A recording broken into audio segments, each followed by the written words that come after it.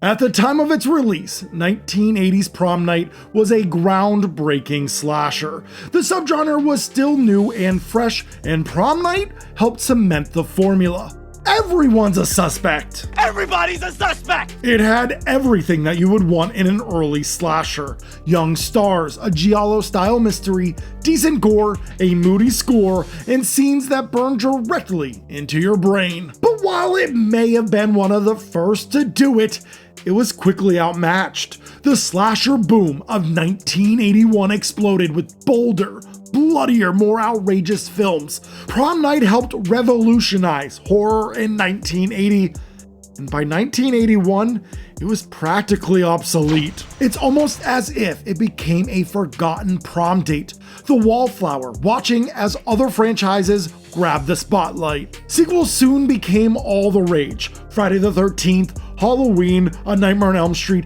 they were raking in cash, building lore, and being adored by fans. Almost a decade passed, and finally, the stars aligned. Prom Night was ready to toss its tiara back into the ring. Even if the slasher genre was already on life support by 1987. How in the world do you follow up such a classic and historic entry into the genre? Easy, you rip off A Nightmare on Elm Street.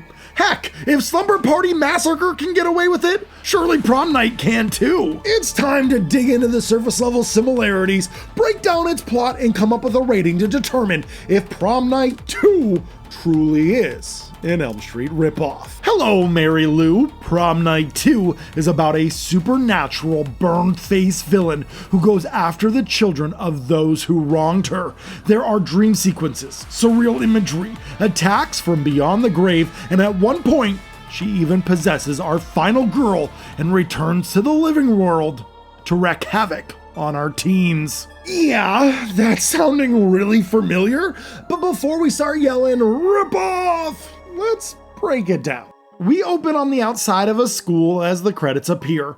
Wait, Michael Ironside is in this?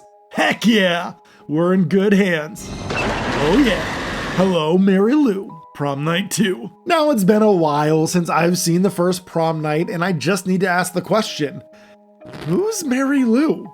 I don't remember her at all from the first movie, and I have a sneaking suspicion that she wasn't actually in it. The film opens with moody shots of Hamilton High. A girl walks into the church at night and confesses her sins, swearing and sexual relations and all that. The priest is like, oh no, that's so bad, but Mary Lou, just repeat some prayers. But she doesn't actually care. She's one bad mother clucker. Father, there's one more thing. What is it, my poor child? I loved every minute of it. It's Prom Night, 1957, and Mary Lou is the queen bee of Hamilton High. When her boyfriend steps away to grab some punch, she wastes no time grinding on another guy behind the stage. When her boyfriend catches her, she brushes it off like it's no big deal. Then, of course, Mary Lou wins prom queen. The boyfriend, still salty, decides to pull a prank, but like Carrie, the prank backfires hard. Her dress catches on fire, and everyone watches in horror as she burns alive on stage. Now, if this happened today, Gen Zers would be like, yo, this prom is so fire. We flash forward to the present. Our final girl, Vicky, is dating the principal's son and looking for a prom dress.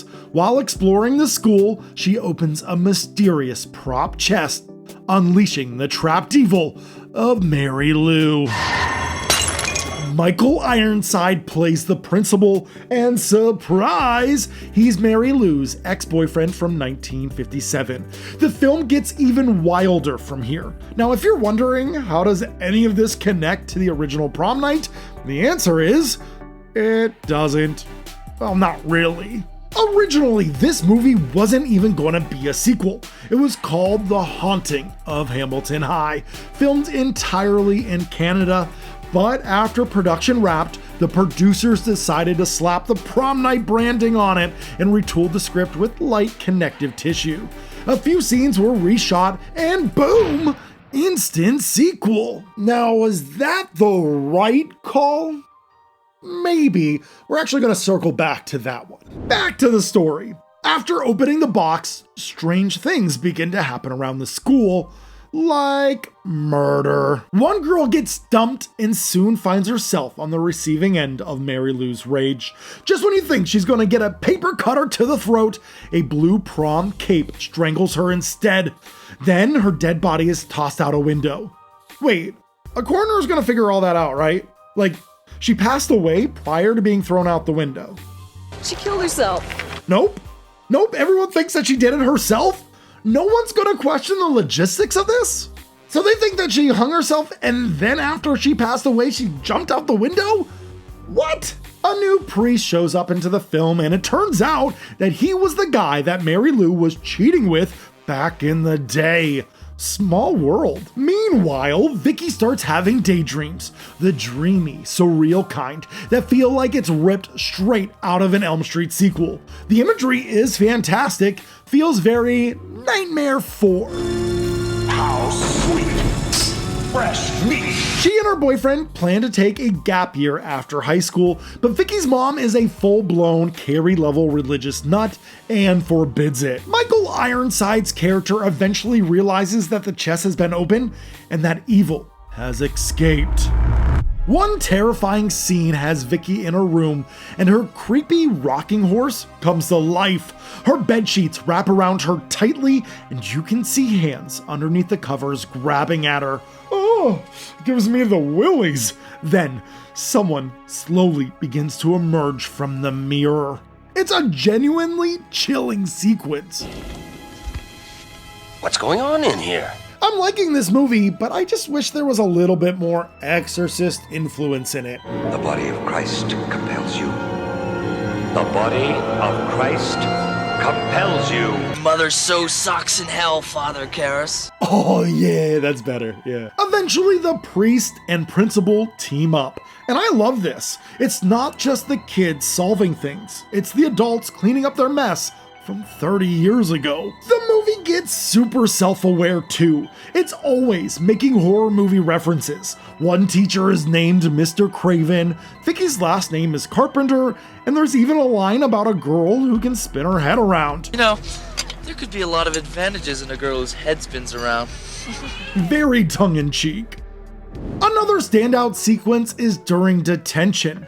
Now, how did Vicky get to detention, you may ask? It's not really important, but she punched the prom queen hopeful because she thought she was Mary Lou. Anyway, the detention scene rocks. Vicky walks up to the chalkboard and hands begin to grab her. It's a great little effect because some of it is just painted hands, but other parts are clearly spandex. It actually reminds me of A Nightmare on Elm Street when Freddy comes through the ceiling. And speaking of Elm Street, effects here were done by Jim Doyle, the man who created the Freddy glove. Well, Vicky gets pulled into the chalkboard, and it looks pretty good. The whirlpool effect was apparently a reshoot by writer Ron Oliver. When tasked with directing the reshoots, first-time director Ron Oliver called Wes Craven for some advice on directing a teen horror film. Craven's advice was, you give him a scare, give him a hard-on, send him home. Mission accomplished. Vicky eventually becomes fully possessed by Mary Lou. Chaos ensues, including a gratuitous locker room scene straight out of the TNA handbook. At least Mary Lou nails the Freddy vibe, dragging her nails across the lockers like a total diva. A wop bobbaloo bop, a wop bam. One subplot involves rigging the prom queen election via the computer, but the guy gets zapped by Mary Lou. Honestly, that's what it feels like to doom scroll social media nowadays. So, will our hero stop the evil? Will Mary Lou get her revenge? And who will wear the crown? Guess you'll have to watch Prom Night 2 to find out. Hold me, Daddy. What are you doing? What have you done? Hello, Mary Lou, Prom Night 2 is one of those sequels that says, Screw it. Let's just have fun with it. Does it need connection to the original? Not really. It's doing its own thing, and that's kind of what makes it work. It reminds me a little bit of Slumber Party Massacre 2, House 2, and even Maniac Cop 2. Sequels that throw continuity out the window and just go full blast into Crazy Town. Because it wasn't initially tied to the first prom night when shooting, it feels more free and unburdened, even if it's clearly derivative. Let's be honest here, making a direct sequel to Prom Night would have been nearly impossible.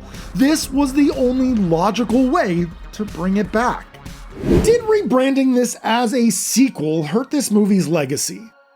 Maybe. The Haunting of Hamilton High could have stood on its own, and it could have developed a stronger cult following, but hey, brand loyalty gets butts into the seats initially, so double-edged sword.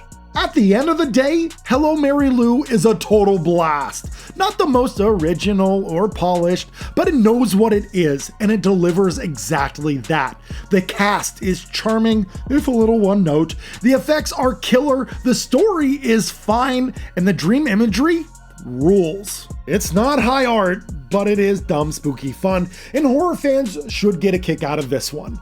But the real question here is how much Elm Street DNA does Prom Night II have? I'd say it's roughly 30% Elm Street, 30% Carrie, and 40% its own thing. Elm Street and Carrie are clear influences, but I see it more as an homage than plagiarism. There are elements from both franchises, but it's told in a fresh enough way. Hello Mary Lou loves the horror genre, which is evident by its constant references, and while there may be some similarities to some other movies, it feels more like a dreamy love letter than an actual ripoff. So thanks so much for watching, and whatever you do, don't fall asleep. Let me know your favorite movie ripoff in the comments below, and don't forget to subscribe so you don't miss out on more of these kind of videos. And if you want to see these videos a week early, you can even become a member. Sweet dreams.